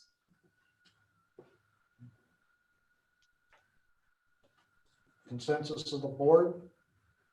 Start the road project with the $135,000 budget max. Sounds like a good plan. Yep, I'd be for that. I'm Yes. good with that. Need all that, Jeff? Well, he doesn't know whether we're gonna need all that yet or not. Okay. He needs the word to move. We hadn't made a decision as to how much we wanted to spend. And so we said we'd talk about it tonight. We're gonna make the needed work fit the budget, not the budget fit, Right. not the money fit the work. We're not Right. gonna look to spend 135. We're just gonna do what we need to do. We're gonna do what we need to do. Right. Not Oh, to, so we're gonna do something new? We're gonna actually worry about the budget finally? Oh, wow. we've been watching the budget, Don. Did you ever pass out the revenue forecast to everybody? Oh, no, I don't think so. We talked about it the other night when you were here. We Okay, went through it. You know, maybe zing it to Tony and have him pass it out. okay. And you and I need I to got sit my down hand- with, I got my hand on the payroll finally, okay, so I can finish, I'll slap it together. okay. So Jeff, would you at the next meeting give us, Right. you have an idea at that time? Yeah. By the next meeting, I'll actually have all the paperwork and everything all set too. That way we can get out to bid faster. Okay, great. So we're Sounds gonna have a good. motion to authorize the village engineer to prepare a 2020 road project with a cap of 135K. So moved. Second, Corino. Okay, any further comments, questions, or discussion? There being none, roll call, please. Mr. Zamba, No, Mr. Pareno, Aye. Mr. Nimitz, Aye. Mr. Merkel, Aye. Mr. Harney, Aye. Mr. Dattley. Aye. On a roll call vote of 5 ayes and 1 nay, the motion passes. Okay, Jeff, next item. Okay, as you are aware, I have been working on Willow Lane, at least as far as trying to track down what the drainage issues are out there. I currently have a draft report. However, I just didn't want to give it to you guys, but I still wanted to give you at least our findings so far. So if you are aware, currently along Willow Lane there's been a lot of water that has been standing in rear yards. During field visits, both Kyle and I have noticed a lot of water basically seeping out of the side of the hill there. Through numerous field visits that I've done over the last couple weeks, I haven't actually been able to find a source for where the water's coming at. However, I've basically pulled up in regards to soil maps, any soil borings that we actually have from residents through the area. And so far what I've been able to find is up towards the top of the hill along Winmore Drive a lot of the soils on there are actually gravelly soils, which means that basically as the water is able to be drained very well in that area. And it also has a very low restrictive layer, at least as far as where the water basically stops and starts draining elsewhere. The permeability of the soil is actually also very rapid in regards to how fast it's able to flow through the system. As you get actually down at Willow Lane, I'm sure you've all seen the picture sitting in Village Hall in regards to where the old river used to be. It's basically that's the river bend through that whole area along Willow. Because of that there's been a lot of soils that have actually deposited there that aren't very well as far as drainage wise. So basically from what we've been able to determine is basically all the well-drained soils up at the top of the hill basically all that water is seeping into the ground and it's flowing down the hill and it's actually hitting kind of a clay, kind of a non-porous material basically along Willow, and it's basically coming up out of the ground at that location.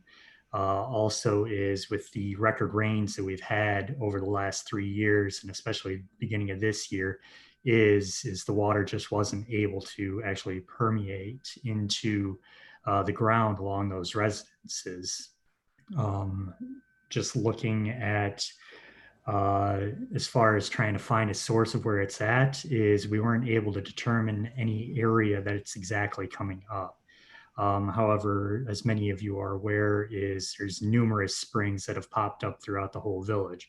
So what we're thinking is that a spring has popped up somewhere along the hill, or multiple springs, and it's basically just not reaching the surface because of the very highly drained soils along the hill.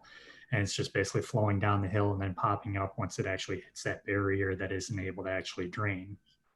One way to solve this is to basically, like we had mentioned before, is putting a drain tile basically kind of at the toe of the slope, and basically run it, unlike what we're thinking before along the whole length of Willow, is we're probably thinking about halfway along Willow. So that's basically about 2,000 lineal feet at about maybe $35 a lineal foot in regards to that. So, I mean, you're looking at high end $100,000.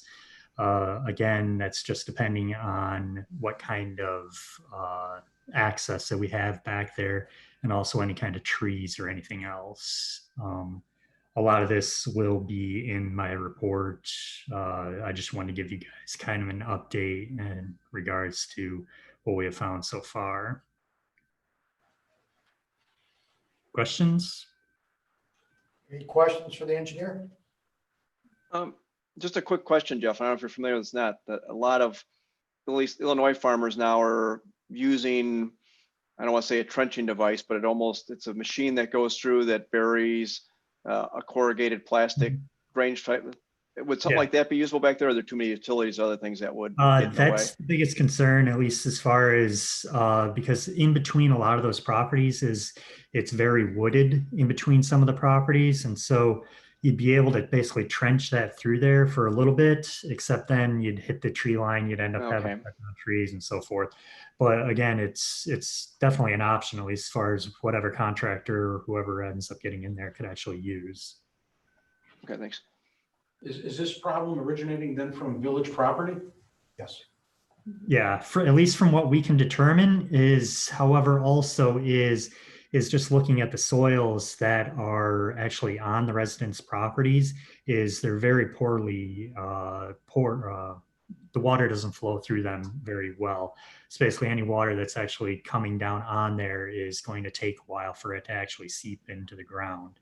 So it's both a combination of water coming from the village property and also just what's normally happening on the village lands. You know, with the rains we've had the last several years, my yard floods every year, every big rain. Yep. But, and I just, something I just have to live with, and I'm not asking the village, it's not coming into my house, thank God. But I'm not asking the village to come and spend $100,000 to reroute it. You said the water originates from village property, but what's above the village property? Private property. It's the north side of the hill, north of Willow, or north of Winmore, south of Willow. We've got that green space through there. And we've got, if you go back there, Tom, every house from Winmore almost all the way to Locust has got water in their backyards almost ankle deep. Some of we've got, but the water's landing on our easement, but it's also landing on all their property. I know, but this is still dry. They've still got water back there, and it hasn't rained for 6 weeks. You know, there was 2 weeks ago, one of the residents on Will called me. They couldn't get the roofers in to get around their house to put the roof on top of it because of all the water coming off of that hill. But we're not talking about doing work on the private property, are we? No, not us, but they can't do their own work in their yards because the water keeps coming off of that hill. Their yards just don't dry out. And that's different than my yard being flooded in the rain and then it drains away. They've been sitting there with water all spring and all summer. It's been very. You go by there and you can see the cattails growing in their front yards. That's why. I mean, it goes on and up to that hill. And that hill is village property. And that's where the water's coming from. I think that's the kind of natural occurring. The property is a natural occurring event. That's not that we put a parking lot up there or we put a basketball court. No, Whatever. So I don't Our see water's the draining into their the yard. village's liability on this or. All right, I mean, if the water gets down to Willow, and we have to put drainage, if they can get it to Willow, then put in some drainage so we can get away, like, rework the swales, but to say that we're responsible because the rain falls up above and it comes down on them, when I built my house, my dad said, the house above you, you're gonna get all their water. Well, luck God, I didn't, but when you're downhill from somebody, you expect you're gonna get stuff. you're gonna get some, but you expect it to quit at some point, and it has. This is not a rainwater issue. Something changed in the hydrology there, and they're living with water constantly. And this was discussed in length, I think, the past 2 meetings, and that's why we decided to move forward. I just don't think it's a village issue, so, but whatever, that's fine. All right. Tom's on the record to being opposed to it, so. Okay, anything else, Jeff? Not at this moment. Like I said, it is by the next board meeting, actually within the next week, I'll actually have the report. You guys can take a look at it and make your comments on it, and then I can finalize it out. Okay, fair enough. Thank you, Jeff. Okay. Finance warrants. We have a motion to approve the warrants of August 3rd, 2020. I move that we approve the accounts payable warrants in the amount of $75,616.42. Second, Diatley. Moved by Ziemba, seconded by Diatley to approve the warrants of August 3rd, 2020 in the amount of $75,616.42. Any comments, questions, additions, or deletions?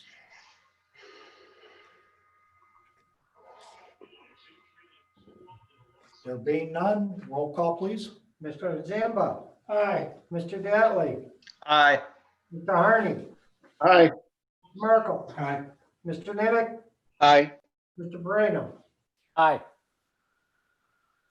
By roll call vote, 6 ayes and no nays, the motion passes. The warrants are approved. Okay, public comments. We've got a comment from Ms. Carver. Topic, thank you. She would like her comment read. Her comment is, I want to thank you for addressing the issue in regards to the Pledge of Allegiance. It is now heard on all the broadcasts since my initial inquiry. I also want to thank whoever put the minutes on the website. The June 15th minute says, after asking all participants to stand and recite the pledge, I truly hope the minutes can continue to be recorded this way. Once again, thank you. The next one is from CM Parker. The topic is the Fall Legend newsletter. Like his comments read during the meeting. His comments are, quote, we're planning to have a draft copy of the Fall Legend available for approval at the next board meeting, August 17th. If you could add to the agenda, it would be much appreciated. With that being said, we'd like to have all submissions sent to us in a timely manner so that we can have enough time to format everything. Thanks. And I believe he suggested that August 12th was the date. Or, yeah, but, and then, so then I guess as you kind of brought to my attention at the beginning, should I just be emailing Mr. Mills the dates of when we're gonna be submitting them, or should I just keep doing it through public comments? You can do it to Mr. Mills. Okay, Just send him the information okay. and then he will get it on the agenda and get it to us. He has a non-speaking role, but we keep him busy. Okay, that's it for public comments. Trustee reports, roads and parks. Ed? One item to report just for board information. I met with a resident at 710 Hillcrest who brought to my attention that he has a 12-inch drainage pipe in front of his property that goes under the road there and just drains to the other side of the road in that little pond, the other side of his house. He wanted to let the Public Works know that that pipe has literally disintegrated And I confirmed that he had pieces and we looked through it. He was suggesting to put some sort of liner in there.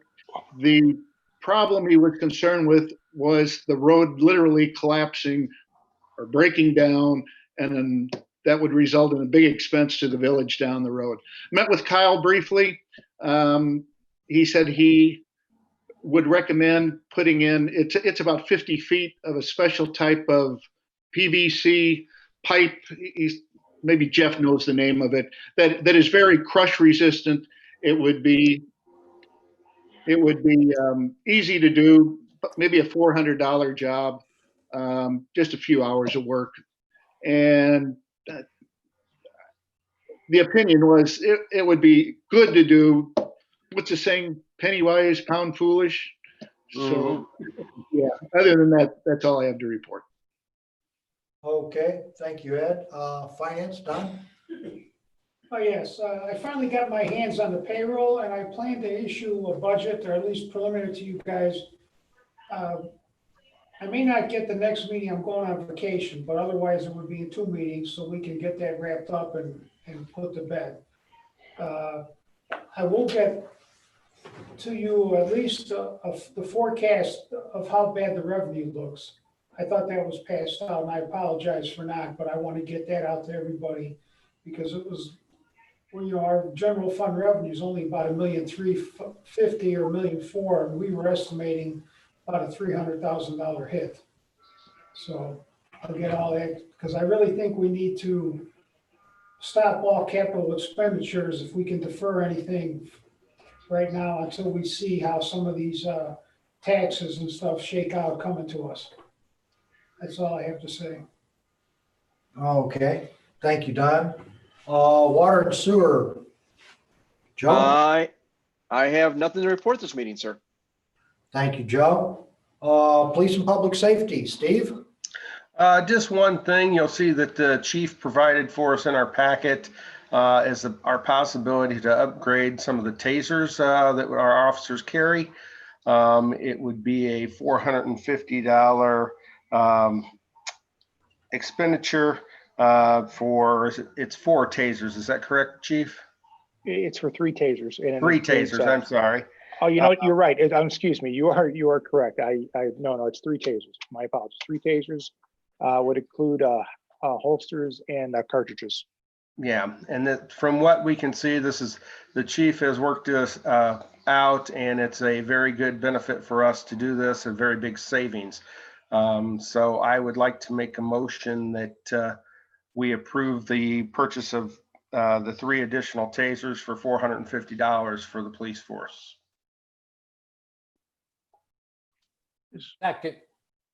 Moved and seconded to authorize the purchase of 4 used tasers at the cost of $450.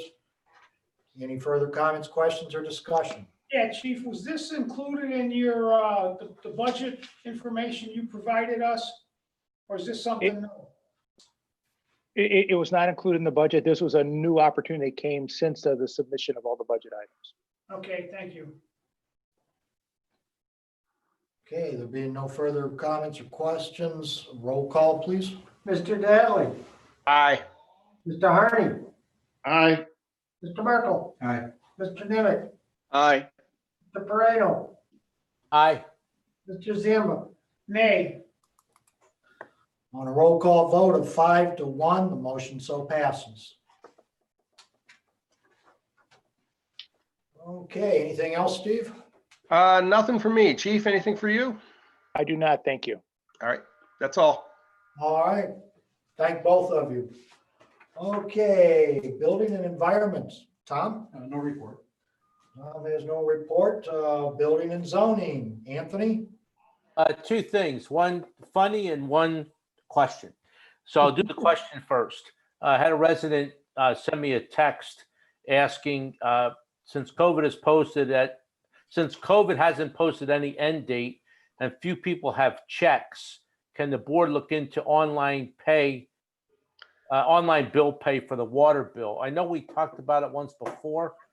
I don't believe we have that process place. So I was just going to reply to her and say we'll look into We've it. looked into it a couple, once, Anthony. We're looking into it again. There's another couple of options out there. Finance Committee reviewed it at their last meeting, and they had some questions that they wanted answered to, and they will take it up again in the fall when they meet to review the audit.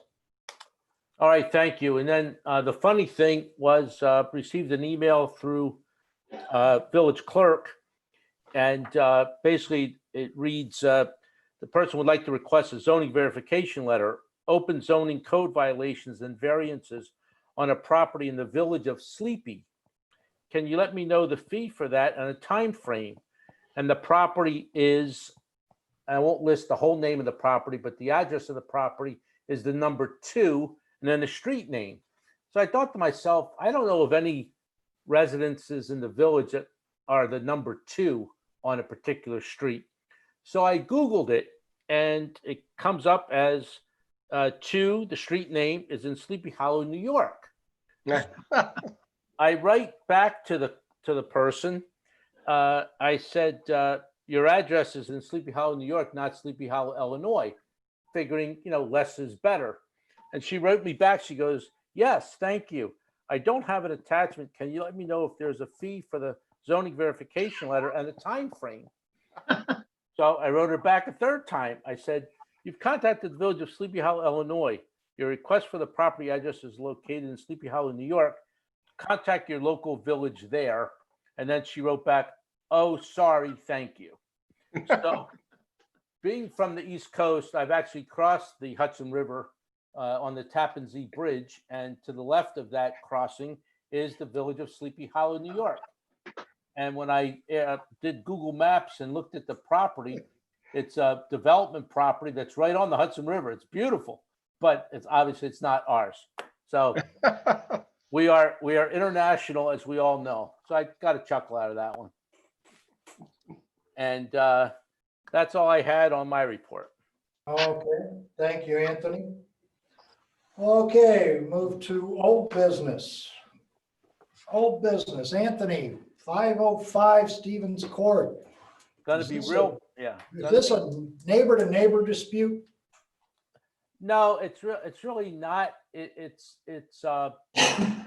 I'll briefly. I did some research. I reached out to Barb Detmer, and the question basically is that Mr. Fleck, the code enforcer, was going to contact the current owners of the property to cut down the greenery, the nuisance greenery that's growing. The proposal, the idea was not to cut it down because it does help with the drainage issues on the property. So when I reached out to Mrs. Detmer, she wrote me back and said no permit was ever issued for the lot as the applicant never provided the requisite information to the village engineer or building department following receipt of the plan review letters. So at this point, there is no current building permit for the property. And Mrs. Detmer went on to say that due to the grade of the lot, this drainage is normal for the site, but there is a requirement there was a requirement for an extensive grading plan for the previously proposed construction. Since there's no plan constructed at this time, such a plan is not available. So my thought here is that if we temporarily waive the fact that this particular lot needs to be mowed down because of the nuisance greenery until such a time that an actual building permit is issued, because we know of other properties in our village. There's 2 others on my street that are wooded lots. They're owned by residents and nothing has ever been done to those properties. This 505 location, when the previous resident who owned the lot sold it, within the first week, they leveled all the trees and cleared the property. My assumption at the time was to show what the lot would look like. That was approximately 2 years ago. So all I'm saying now is that if we can just let Mr. Fleck know not to enforce the cutting down the greenery that's there now until such a time that we have an official building permit. Because it will help with the drainage that ultimately is going to be an issue, but that's then going to go into the engineer's report where they have to come up with the grading plan that Mrs. Detmer made reference to.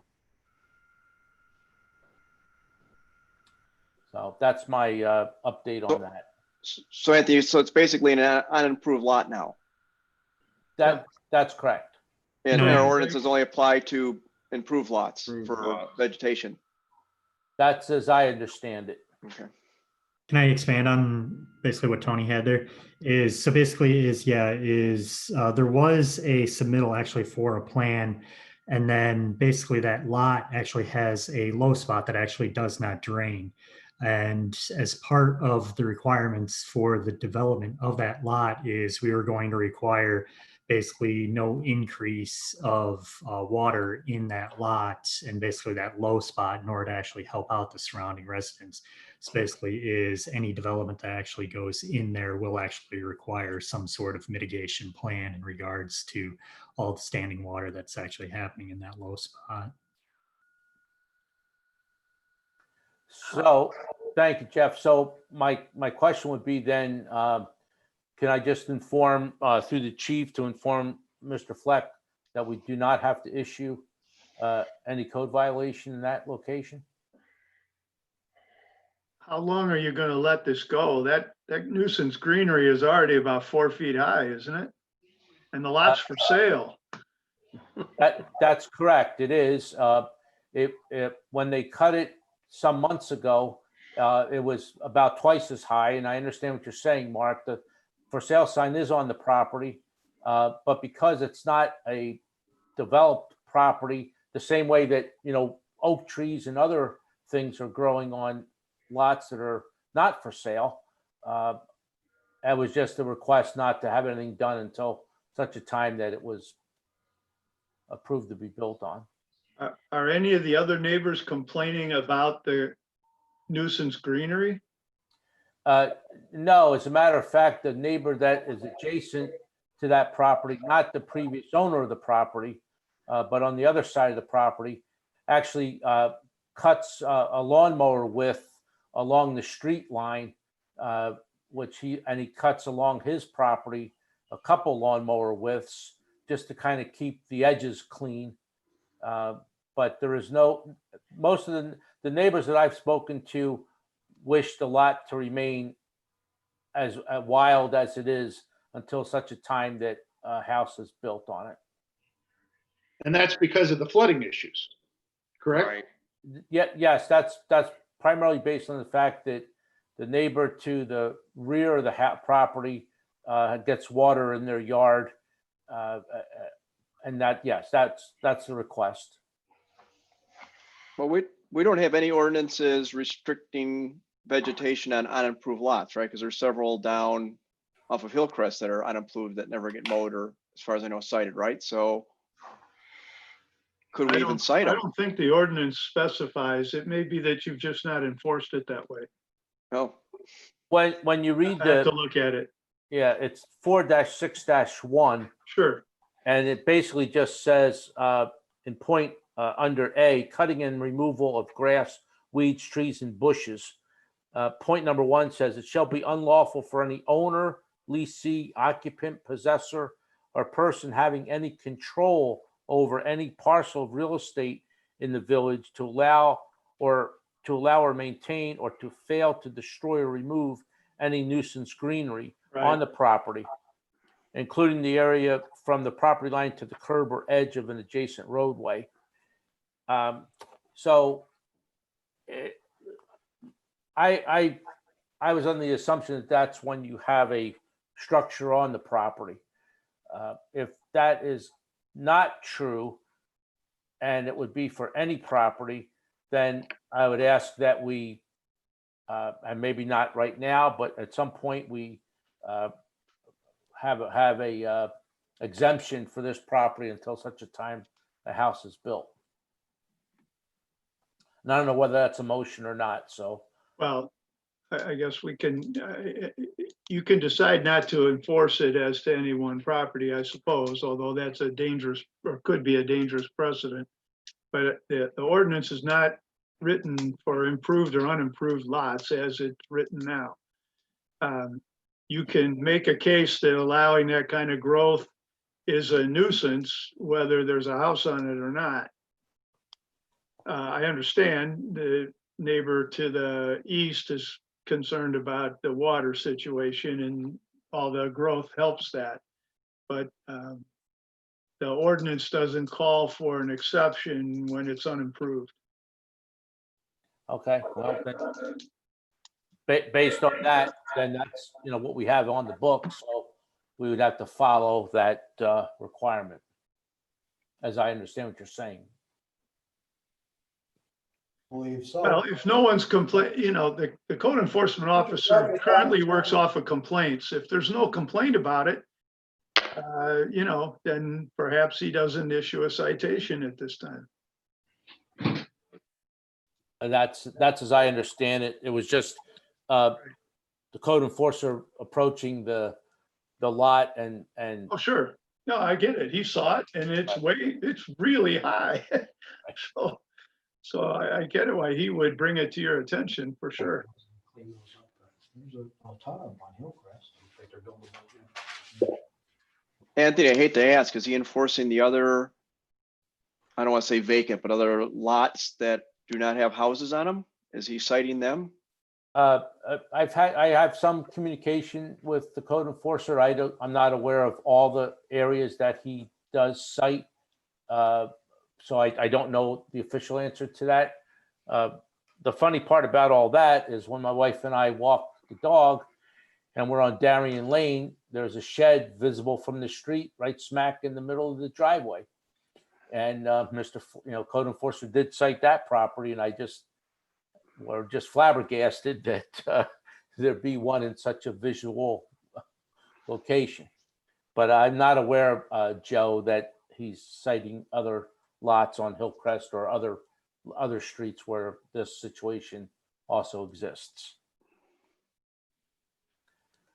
So as I understand it, then we just see if the code enforcer is going to enforce it, or since we have to follow the current regulations in the code. How about no complaint, no problem, but that might change in the future. Sounds good to me. Good. Okay. Thank you. All right. Okay, so let's, 505 is taken care of. The next one is the proposal from Mona Hour and Todd Prigge, the adoption of a pleasure driveway maintenance guideline. Tom, you asked that to be placed on the agenda? Yeah, like I said, I apologize. I missed the last two meetings. I was out of town. I thought this was going to come up on the July 5th or 6th, whatever that date was, for a vote, but apparently it didn't. So you've all received the agenda supplement from Mark back for the July 6th meeting, I assume, given the background. And of course, we had the claim by Ms. Hour for the damages to her shrubs and trees. And I had thought that the consensus of the board was that we would try to figure out some kind of plan for the road so that and we wouldn't have these things pop up in the future. Former trustee Todd Prigge put quite a bit of work into it. I did speak just briefly with Mr. Schuster about this, and he said that the work that Todd had done would need to be polished up and edited a little bit. So I don't want to see the same thing happen again with Ms. Hour, or she owns a couple properties along the road, or with one of the other residents. I think she had passed out a Sleepy Hollow Road sediments letter excerpts from people who love the road and want to maintain the road. some people on the board maybe think that she's a little picky about the road, and I guess she is picky about the road. I know she loves the road. She wrote a song about the road, and she's, as long as I've been in the village 30-some years, she's been at meetings whenever an issue comes up with the road. She's a longtime resident here. She wants to preserve the road. She doesn't have any really bone to pick with the village other than preserving the beauty of the road. I know when I first moved to the village and I would come home from work and I would drive down Sleepy Hollow Road and I would hit the canopy as you come into the village. I got like an excited feeling because of the beauty of the road, and I think that's the same way she feels. So I'm asking the board to move forward with this and have Mr. Schuster look into putting together a plan for the road based on what he's received from Todd Prigge, and moving forward with it. So I don't know if I need a motion or make a motion. I'm looking at Mr. Schuster's agenda supplement that he had provided for us. A motion directing the village attorney to prepare an appropriate one version of the text of the regulations, and two, an ordinance for adoption of such regulations as meets with the board's approval. I'll second it. Moved by Merkel, seconded by Moreno, to authorize the village attorney to draft up the ordinance relating to the maintenance guidelines for Sleepy Hollow Road as prepared by Todd Prigge. Any comments, questions, or discussion? Do we already have ordinances in place for this type of maintenance? There are tree maintenance provisions, some of which apply to, let's say, roadway trees. Okay. Not this kind of detail, and nothing that specifically relates to just Sleepy Hollow Road, the pleasure driveway.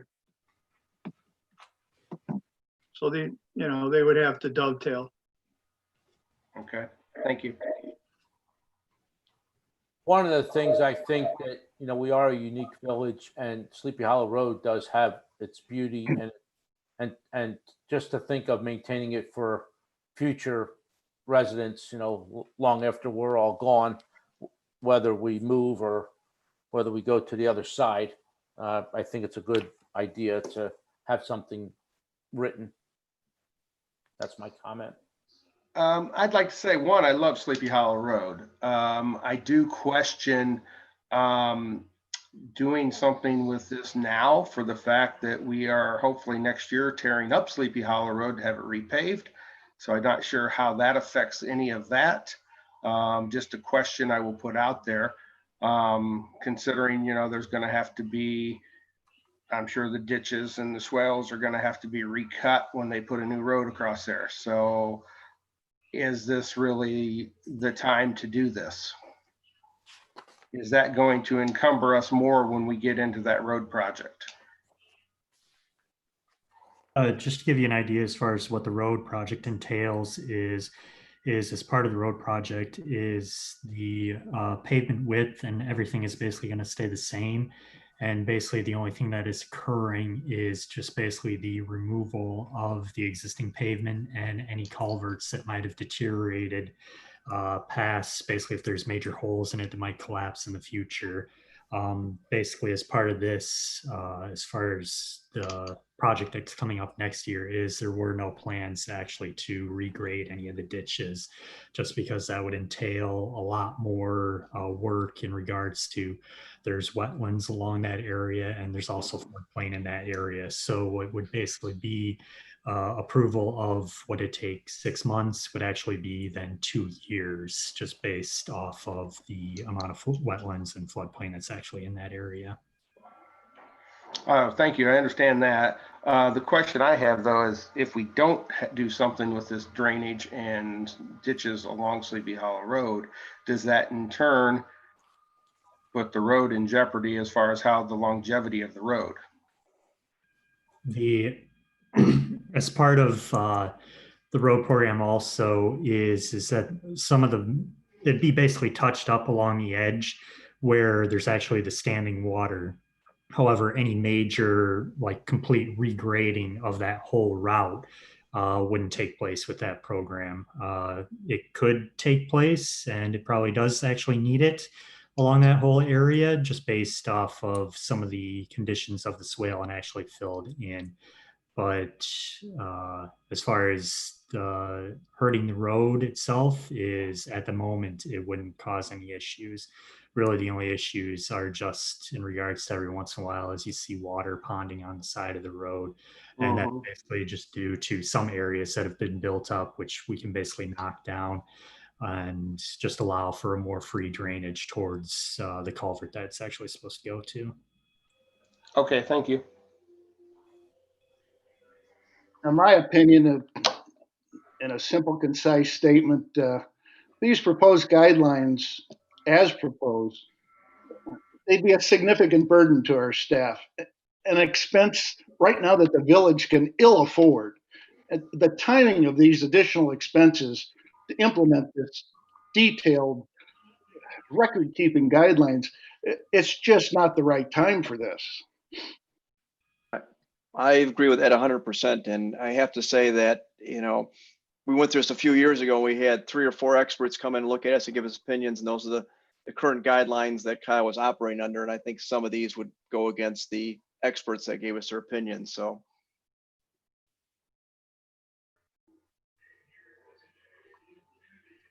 I mean, nobody wants to change what has happened on Sleepy Hollow Road. Everyone recognizes what a beautiful road it is. All the public comments that came in, and I reviewed them today again, there's a theme there. Don't change what's going on in Sleepy Hollow. Don't mess with the overhang. Don't mess, with the plants in it. We're not going to. We have no intention to. The maintenance on Sleepy Hollow Road has worked for years and years and years. So all of the extra guidelines, they're just not necessary at this time.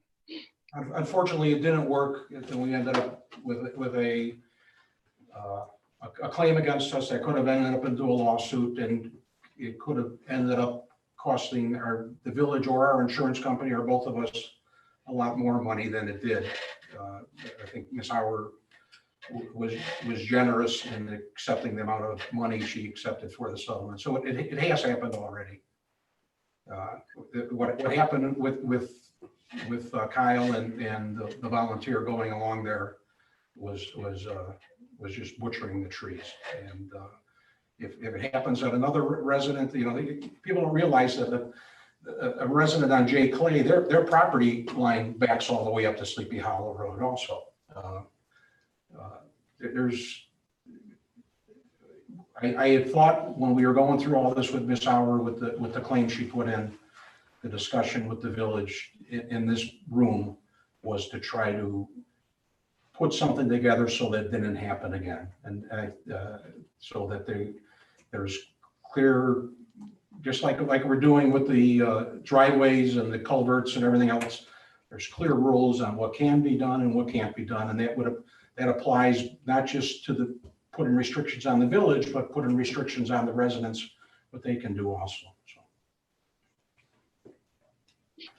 So that's where I have a question I'd like to, when the time comes. Okay, any further comments or discussion, gentlemen? There being none, roll call, please. Mr. Dudley, No. Mr. Harney, Nay.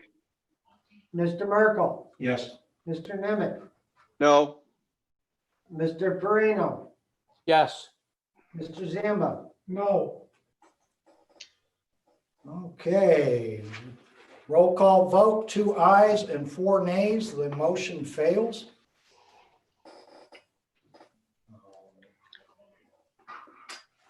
Okay, any other old business to come before the board?